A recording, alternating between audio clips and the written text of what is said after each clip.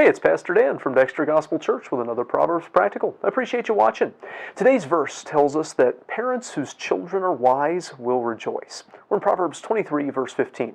Proverbs 23:15 says, "My son, if thine heart be wise, my heart shall rejoice, even mine." So this verse, and it's another one of these couplets, the whole couplet, seem to be attached to the previous couplet. In that one he speaks of the necessity of discipline for the good of children, both in this world and eternally. Done properly, it helps impart wisdom. And I think most parents have some aspirations for their children. Most grandparents would for their grandchildren.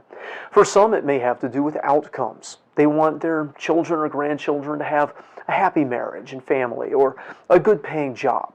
For others, it might have to do with achievement. They want them to win a championship or be at the top of their field. But for Solomon and for God, and I think for the best of human parents, it's less about what happens to our children or what they achieve and more about who they are. The aim is one of character and decisions. We can't always control our outcomes. A happy marriage, for instance, takes at least two people willing to do what is right in it.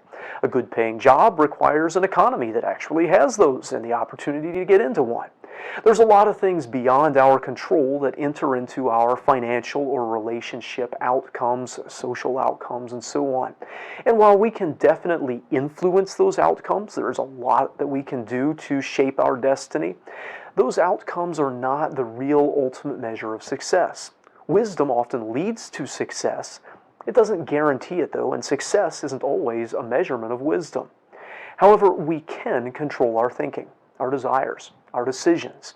So the writer speaks of how he will rejoice. He will rejoice on a heart level if his child has wisdom that goes all the way down to the heart. For both the parent and the child here, as with God with us, the concern is the heart, who we are down on the deepest level. This parent doesn't just want their child to mimic platitudes from others with their lips and then not live them with their life. They don't want their child to have just a surface understanding or compliance.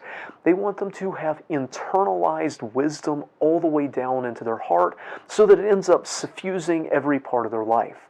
And the rejoicing of this parent will be just as deep. It's even doubled for emphasis. My heart, even mine. There are few things that give a parent or grandparent, for that matter, greater and deeper joy than seeing their greatest hopes for their child be realized. Now, we can't see hearts. How will we know if our children or grandchildren have wisdom that isn't just surface mimicking of someone else, but really comes from their heart? Well, the next verse will kind of extend that idea, but we'll have to look at that in our next video. I hope this video is a help to you. If so, hit the like button. If you haven't already, subscribe to our channel for more insight from Scripture. We'd love to hear from you in the comments, and we'd really love to see you in person here at Dexter Gospel Church.